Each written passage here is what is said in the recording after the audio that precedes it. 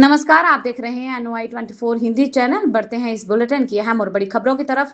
सबसे पहली और अहम खबर की तरफ चलते हैं। नितिन निबंध को आप कौन कहने वाले केजरीवाल ने पीएम नरेंद्र मोदी के जवाब पर कहा शुक्रिया। आम आदमी पार्टी के राष्ट्रीय संयोजक अरविंद केजरीवाल ने राम मंदिर में कथित चंदा चोरी और जमीन घोटाले के मुद्दे पर बीजेपी पर फिर से निशाना साधा है। पीएम नरेंद्र मोदी द्वारा बीजेपी के राष्ट्रीय अध्यक्ष नितिन निबंध का परिचय देने वाली पोस्ट साझा किए जाने पर केजरीवाल ने धन्यवाद कहते हुए सवाल उठाया कि राम मंदिर से जुड़े कथित घोटालों के आरोपियों के खिलाफ कार्रवाई कब होगी। वहीं दिल्ली की मुख्यमंत्री रेखा गुप्ता ने केजरीवाल पर पलटवार करते हुए नितिन निबंध के राजनीतिक सफर का उल्लेख किया है। उन्होंने कहा कि उनका अहंकार अब भी बरकरार है। उन्होंने कहा कि समय हर सवाल का जवाब देता है और किसी भी व्यक्ति का अहंकार हमेशा नहीं टिकता। इस बीच नितिन निबंध ने विपक्ष के आरोपों का जवाब देते हुए कहा कि हिंदू समाज को कमजोर समझने की भूल नहीं करनी चाहिए। उन्होंने आरोप लगाया कि विपक्ष सनातन धर्म के अपमान पर चुप रहता है, जबकि बीजेपी ने हमेशा देश की विरासत और आस्था की रक्षा के लिए काम किया है। अगली बड़ी और अहम खबर की तरफ चलते हैं। सतलुज फिल्म बैन होने के बाद प्रोजेक्टर लगाकर सतलुज मूवी देख रहे हैं लोग। दलजीत दोसांझ बोले कि अब ये फिल्म नहीं रुकेगी। दलजीत दोसांझ की फिल्म सतलुज को लेकर विवाद बढ़ गया है। फिल्म को बैन कर दिया गया है। फिल्म ZEE5 पर स्ट्रीम हो रही थी, लेकिन रिलीज के 2 दिन के बाद ही फिल्म को बैन कर दिया गया। इसके बाद दलजीत दोसांझ ने वीडियो शेयर करके सतलुज के बारे में बात की। अब उन्होंने एक और पोस्ट शेयर की है और इस पोस्ट में बताया है कि सतलुज लोगों तक पहुंच गई है, अब ये रुकने वाली नहीं है। दलजीत ने यह भी कहा कि बैन के बाद भी लोगों ने फिल्म को डाउनलोड कर लिया है। फिल्म को लोग प्रोजेक्टर लगा कर देख रहे हैं। उन्होंने एक वीडियो शेयर किया जिसमें वो वीडियो राजस्थान का बताया जा रहा है। वीडियो में पूरा गांव प्रोजेक्टर पर फिल्म देख रहा है। कुछ लोग जमीन पर बैठे हैं, कुछ चारपाई पर बैठे हैं। फिल्म के कैप्शन में दलजीत ने लिखा कि अब ये फिल्म नहीं रुकेगी। सारा गांव इकट्ठा हो गया है। खार्रा साहब की आवाज को कोई नहीं दबा सकता। इसके अलावा उन्होंने वीडियो शेयर करके कहा कि जिस बात का मुझे शायद शुक्रवार को ही पता था, मुझे लग रहा था कि ऐसा होगा, तो इसमें कोई शक वाली बात नहीं है। मुझे लगता था कि मंडे तक जब दफ्तर खुलेंगे यह फिल्म बैन होगी, पर रविवार शाम को ही ये बंद हो जाएगी या बैन हो जाएगी, इसका आइडिया नहीं था। इसलिए फिल्म का प्रमोशन भी हमने नहीं किया था। इसलिए बिना किसी को बताए फिल्म को रिलीज कर दिया गया था। अगर बताकर रिलीज करते या प्रमोशन करते तो शायद फिल्म रिलीज ही नहीं होती। लेकिन मुझे इस बात की तसल्ली है कि फिल्म घर घर पहुंच गई है। लोगों ने फिल्म को डाउनलोड कर लिया है। बता दें कि फिल्म को हनी ने डायरेक्ट किया है। फिल्म में दलजीत दोसांझ, अर्जुन रामपाल, कमलजीत सिंह, सुरविंदर विकी और कृतिका जैसे स्टार शामिल हैं। बढ़ते हैं इस बुलेटिन की अगली बड़ी और अहम खबर की तरफ। खामेनेई की आखिरी सलामी में जाने से इन 3 मुस्लिम देशों ने इनकार कर दिया। कैसे तेहरान के चलते बट गया है इस्लामिक वर्ल्ड, जानते हैं पूरी खबर इस बुलेटिन में। ईरान के दिवंगत सर्वोच्च नेता अयतुल्ला अली खामेनेई की अंतिम यात्रा सोमवार को तेहरान के इमाम हुसैन से शुरू हुई, जहां जनगान और राष्ट्रगान के साथ यात्रा की शुरुआत की गई, जिसमें हजारों लोग शामिल हुए। अंतिम संस्कार में पाकिस्तान के प्रधानमंत्री शहबाज शरीफ, सेना प्रमुख आसिम मुनीर, तुर्की के उपराष्ट्रपति, चीन और रूस के वरिष्ठ प्रतिनिधियों समेत कई देशों के नेता मौजूद रहे। हालांकि यूएई, बहरीन और कुवैत ने इस समारोह में अपना कोई प्रतिनिधि नहीं भेजा, जिससे क्षेत्रीय राजनीति को लेकर नई चर्चाएं शुरू हो गई हैं। भारत की ओर से राज्य मंत्री, बिहार के राज्यपाल लेफ्टिनेंट जनरल अंतिम संस्कार में शामिल हुए। खामेनेई के अंतिम संस्कार से जुड़ी रस्में 9 जुलाई तक तेहरान, कोम, मशहद और इराक में जारी रहेंगी। इस दौरान ईरान ने कुछ इलाकों में सार्वजनिक अवकाश, एयर स्पेस पर अस्थायी रोक और राष्ट्रीय शोक की घोषणा की है। अगली बड़ी खबर राम मंदिर चढ़ावा चोरी मामले से संबंधित है। तीर्थ क्षेत्र ट्रस्ट की बैठक शुरू हो गई। कौन कौन पहुंचा, जानते हैं इस बुलेटिन में। राम मंदिर चढ़ावा चोरी मामले में 8 लोगों की गिरफ्तारी और ट्रस्टियों पर लगे गंभीर आरोपों के बीच श्री राम जन्मभूमि तीर्थ क्षेत्र ट्रस्ट की अहम बैठक महंत नृत्य गोपाल दास की अध्यक्षता में शुरू हुई। अस्वस्थ होने के बावजूद महंत नृत्य गोपाल दास बैठक में शामिल हुए और घटना पर दुख जताते हुए कहा कि दोषियों के खिलाफ सख्त कार्रवाई होनी चाहिए। उन्होंने प्रधानमंत्री नरेंद्र मोदी और मुख्यमंत्री योगी आदित्यनाथ पर भरोसा भी जताया। बैठक का मुख्य एजेंडा ट्रस्ट के महासचिव चंपत राय और सदस्य डॉक्टर अनिल मिश्रा के इस्तीफों पर विचार करना रहा।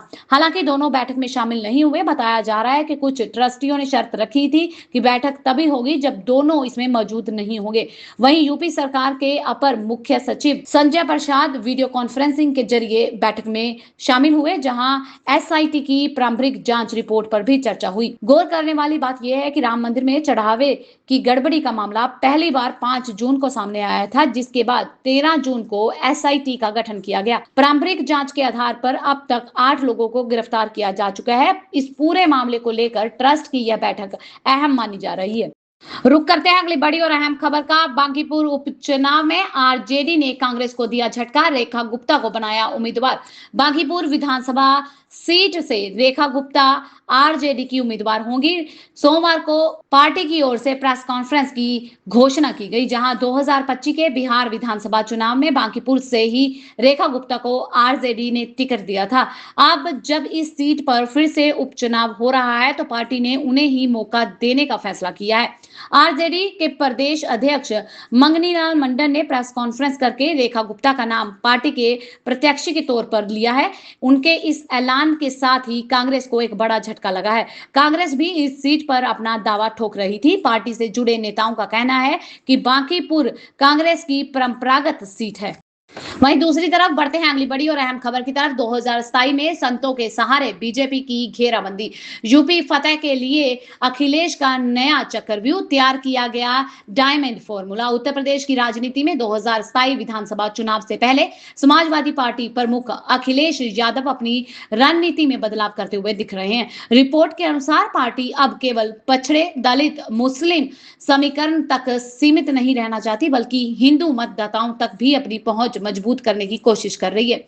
इसी रणनीति के तहत अखिलेश यादव राम मंदिर, सनातन और धार्मिक मुद्दों पर पहले की तुलना में अधिक मुखर दिखाई दे रहे हैं। रिपोर्ट में यह भी कहा गया कि हाल ही में राम मंदिर में कथित चढ़ावा चोरी के मुद्दे पर अखिलेश यादव ने भाजपा सरकार और ट्रस्ट पर सवाल उठाए हैं। उन्होंने एसआईटी की जांच की निरपेक्षता पर भी सवाल उठाते हुए केंद्रीय एजेंसी से जांच करवाने की मांग की है।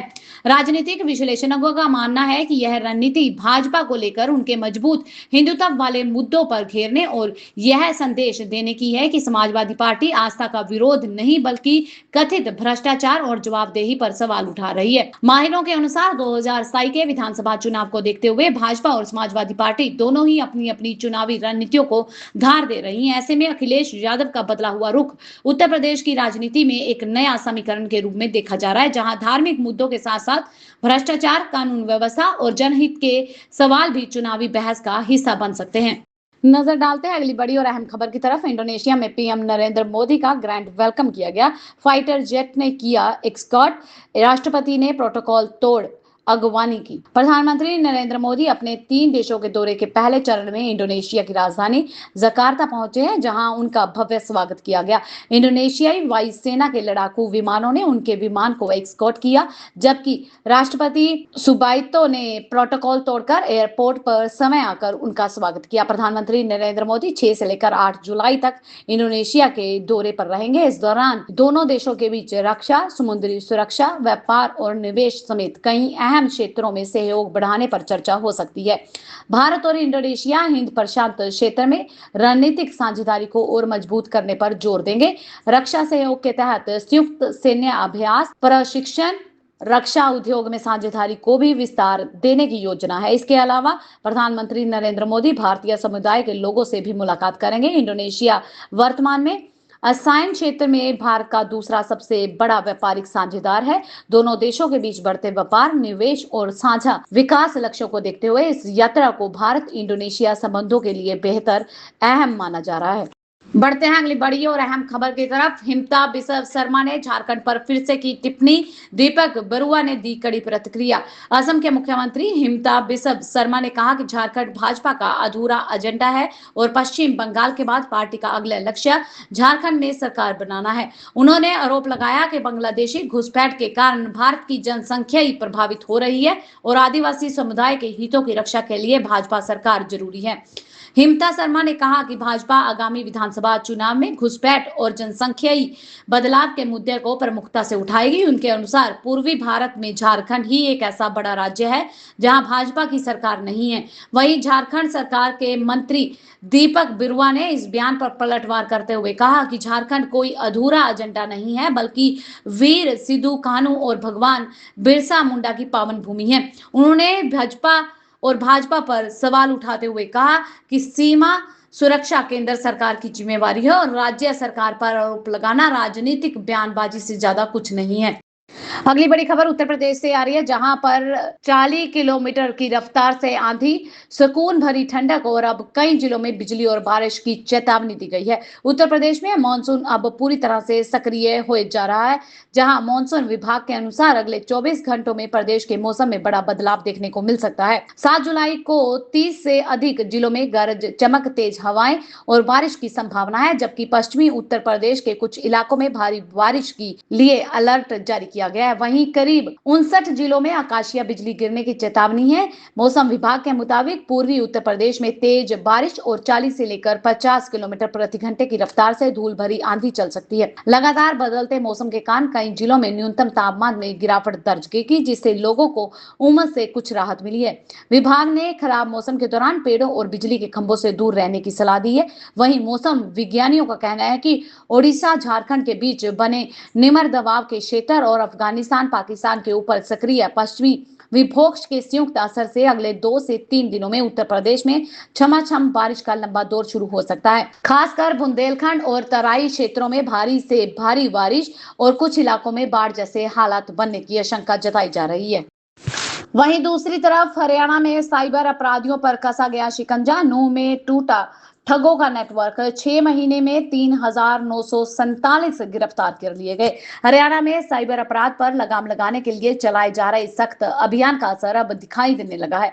पिछले 6 महीनों की अगर बात की जाए तो 14,139 अवैध ऑनलाइन सामग्री हटा दी गई है और 3,947 साइबर अपराधियों को गिरफ्तार किया गया है। साइबर अपराध के हॉटस्पॉट नूंह में पिछले 1.5 साल के दौरान 927 आरोपियों की गिरफ्तारी हुई थी। साथ ही साइबर ठगी के मामलों में 31% तक की रकम पीड़ितों को वापस दिलाई गई थी, जो राष्ट्रीय औसत का 3.85% से करीब 8 गुना अधिक है। मुख्य सचिव अनुराग रस्तोगी की अध्यक्षता में हुई समीक्षा बैठक में बताया गया कि साइबर अपराध से निपटने के लिए पुलिस को लगातार प्रशिक्षित किया जा रहा है। पिछले 1.5 साल में 9,100 से अधिक पुलिस कर्मियों को विशेष परीक्षण दिया गया था। वहीं 25 जून से E0 FIR सुविधा शुरू होने के बाद 1 लाख रुपए से अधिक की साइबर ठगी की शिकायतें संबंधित साइबर थानों तक पहुंच रही हैं, जिससे मामलों में तेजी से कार्रवाई हो रही है। हरियाणा पुलिस ने नूंह में कार्रवाई के दौरान 751 मोबाइल फोन,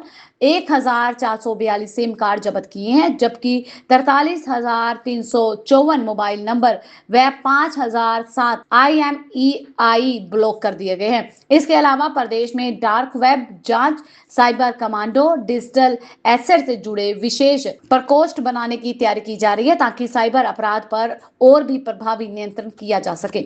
वहीं अगली खबर भिवानी से आ रही है, जहां रोडवेज वर्कशॉप में रक्तदान जागरूकता कार्यक्रम का आयोजन किया गया।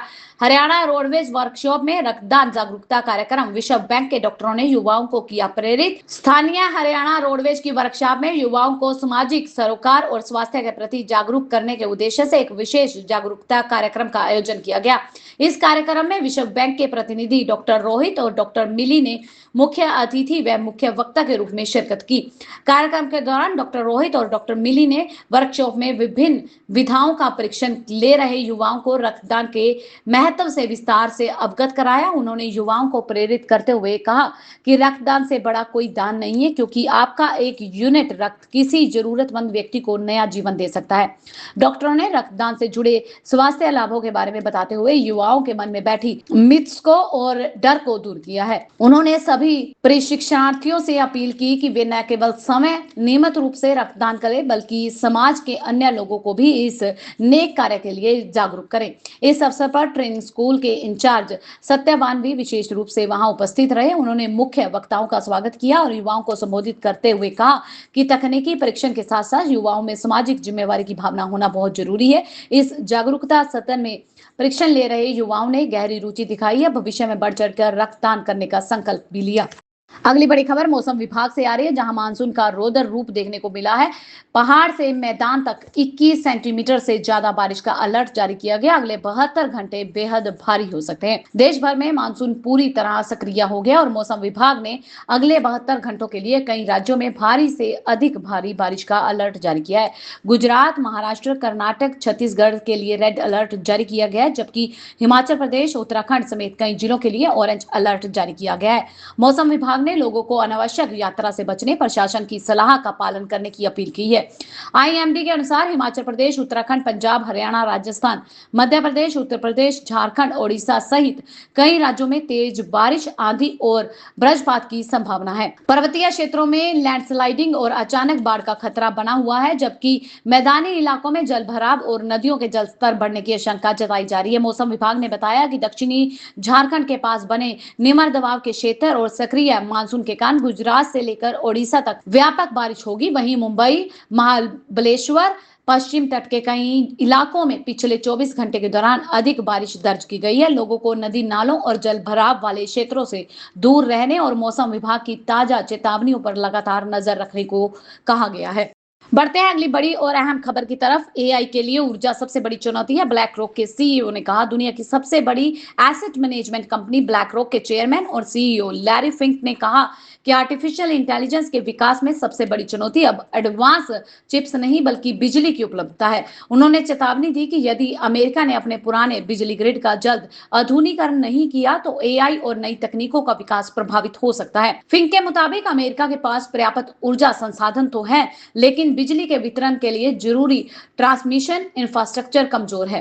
फिंक ने कहा कि एआई के बढ़ते इस्तेमाल में कंप्यूटिंग क्षमता और बिजली की मांग लगातार बढ़ रही है, जबकि मौजूदा सप्लाई इसके मुकाबले कम है। उन्होंने इस बात पर भी चिंता जताई कि यदि कंप्यूटिंग की लागत कम हुई तो छोटे व्यवसाय, अस्पताल और स्थानीय सरकारी संस्थाएं जो एआई तकनीक का पूरा लाभ है वो नहीं उठा पाएंगी। उन्होंने एआई के लोकतंत्रीकरण पर जोर देते हुए कहा कि यह तकनीक केवल बड़ी कंपनियों तक सीमित नहीं रहनी चाहिए। इसके अलावा लैरी फिंक ने कहा कि वैश्विक अर्थव्यवस्था ने हाल के भू राजनीतिक संकटों के बावजूद मजबूती दिखाई है। उन्होंने अमेरिका से निजी निवेश बढ़ाने, बिजली और बुनियादी ढांचे में बड़े निवेश करने, आर्थिक विकास की रफ्तार बनाए रखने की अपील की है। उसके साथ ही उन्होंने मजबूत इंफ्रास्ट्रक्चर और साथ ही तेज आर्थिक विकास ही भविष्य की एआई क्रांति को सफल बना सकते हैं, ऐसा कहा।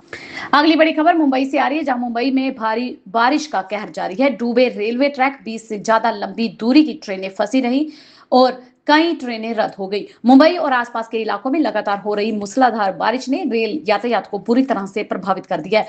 पश्चिमी रेलवे के मुंबई अहमदाबाद कॉरिडोर पर कई स्थानों पर जल भराव होने से 40 से अधिक ट्रेनें प्रभावित हुई हैं, जबकि 20 से ज्यादा लंबी दूरी की ट्रेनें रास्ते में फंस गई हैं। कई ट्रेनों को रद्द या फिर डाइवर्ट या शॉर्ट टर्मिनेट करना पड़ा है, जिससे यात्रियों को भारी परेशानी का सामना करना पड़ा।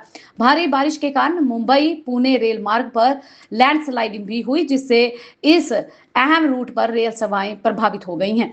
रेलवे ने सुरक्षा को देखते हुए कई एक्सप्रेस ट्रेनों को रद्द कर दिया और कुछ का मार्ग बदल दिया गया। वहीं मुंबई में लोकल ट्रेन सेवाएं सीमित देरी के साथ संचालित हो रही हैं, जबकि प्रशासन और रेलवे की टीमें ट्रैक से मलबा हटाने, सेवाओं को सामान्य करने में जुटी हुई हैं।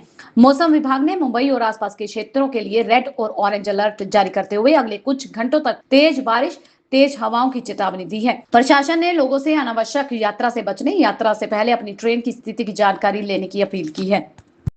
बढ़ते हैं इस बुलेटिन की सबसे बड़ी और अहम खबर की तरफ। टेलीग्राम से इंस्टा तक कैसे और क्यों सोशल मीडिया कंपनियों को लगातार मिल रहे हैं नोटिस। आखिर क्या करना चाहती है सरकार, जानते हैं पूरी खबर इस बुलेटिन में। केंद्र सरकार ने social media platforms WhatsApp, Instagram, Telegram और सिग्नल को उनके कुछ फीचर्स और सुरक्षा संबंधी चिंताओं को लेकर नोटिस जारी किए। सरकार ने व्हाट्सएप के प्रस्तावित यूजर नेम फीचर पर फिलहाल रोक लगाते हुए कहा कि इससे ऑनलाइन धोखाधड़ी, फर्जी पहचान और साइबर अपराध बढ़ सकते हैं। इसी तरह टेलीग्राम और सिग्नल से भी उनके यूजर नेम आधारित मैसेजिंग फीचर पर जवाब मांगा गया है। वहीं इंस्टाग्राम को उनकी विज्ञापन समीक्षा प्रक्रिया को लेकर नोटिस भेजा गया है। सरकार ने एक जांच का हवाला देते हुए पूछा कि प्लेटफॉर्म पर कथित तौर पर अवैध और बाल यौन शोषण से जुड़े पेड विज्ञापनों को मंजूरी कैसे मिली है। इसके अलावा टेलीग्राम से पायरेटेड फिल्मों और ओटीटी कंटेंट के प्रसार पर भी जवाब तलब किया गया। सरकार ने व्हाट्सएप और इंस्टाग्राम को तय सीमा तक स्पष्टीकरण देने के निर्देश दिए हैं और चेतावनी दी है कि संतोषजनक जवाब नहीं मिलने पर सूचना प्रौद्योगिकी अधिनियम और अन्य संबंधित कानूनों के तहत कार्रवाई की जा सकती है। वहीं व्हाट्सएप और मेटा ने सुरक्षा उपायों और सख्त मॉडरेशन का भरोसा दिया है, जबकि टेलीग्राम और सिग्नल की ओर से फिलहाल कोई भी ऑफिशियल अनाउंसमेंट नहीं आई। ये थी अब तक की मुख्य और बड़ी खबरें। ऐसी और खबरें जानने के लिए चैनल को सब्सक्राइब कर लें, बेल आइकन को प्रेस कर लें ताकि आपसे आने वाली खबरें मिस ना हो। मिलते हैं अगली वीडियो में, तब तक के लिए आप खुश रहें, सुरक्षित रहें, हम यही दुआ करते हैं। धन्यवाद।